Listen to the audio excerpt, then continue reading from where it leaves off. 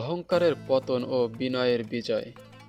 একটি হৃদয় ছুঁয়ে যাওয়া ইসলামিক গল্প। একসময় এক বিশাল রাজ্যের এক প্রভাবশালী সেনাপতি ছিলেন। যুদ্ধক্ষেত্রে তার নাম শুনলেই শত্রুরা ভয়ে কেঁপে উঠত। এক যুদ্ধ, দুই যুদ্ধ, পরপর বিজয় তার জীবনকে ভরিয়ে দিল প্রশংসা আর সম্মানে। কিন্তু সেই সম্মানের মাঝেই ধীরে ধীরে তার হৃদয়ে জন্ম নিল এক ভয়ঙ্কর রোগ, অহংকার। তিনি ভাবতে লাগলেন, এই বিজয় আমার শক্তিতে, আমার বুদ্ধিতে, আমাকে হারানোর ক্ষমতা কারণেই। তিনি ভুলে গেলেন বিজয় আসে একমাত্র আল্লাহর পক্ষ থেকে। একদিন আরেকটি যুদ্ধে তিনি নামলেন, কিন্তু এবার আগের মতো দোয়া ছিল না, আল্লাহর উপর ভরসা ছিল না, ছিল শুধু নিজের উপর অহংকার। যুদ্ধ শুরু হলো, কিন্তু হঠাৎ পরিস্থিতি বদলে গেল। শত্রুর কৌশল ছিল ভিন্ন। সৈন্যদের মনোবল ভেঙে পড়ল।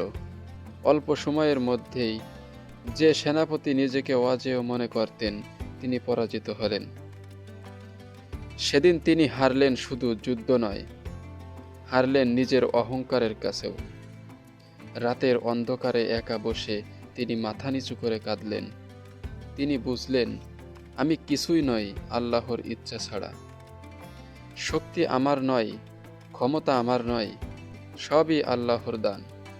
তিনি তওবা করলেন, হৃদয় থেকে অহংকার ঝেড়ে ফেললেন। পরের যুদ্ধে তিনি আবার নামলেন, কিন্তু এবার একজন বিনয়ী বান্দা হয়ে, কণ্ঠে দোয়া, হৃদয়ে ভরসা আর মনে আল্লাহর স্মরণ।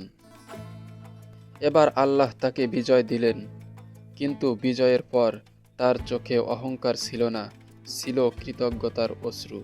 তিনি বললেন, এই বিজয় আমার নয়, এই বিজয় আল্লাহর দয়া। এই গল্প আমাদের শেখায় অহংকার পতনের পথ, আর বিনয় হলো প্রকৃত বিজয়ের চাবিকাঠি। যে আল্লাহর সম্মানে নত হয়, আল্লাহ তাকেই সম্মানে তুলে ধরেন।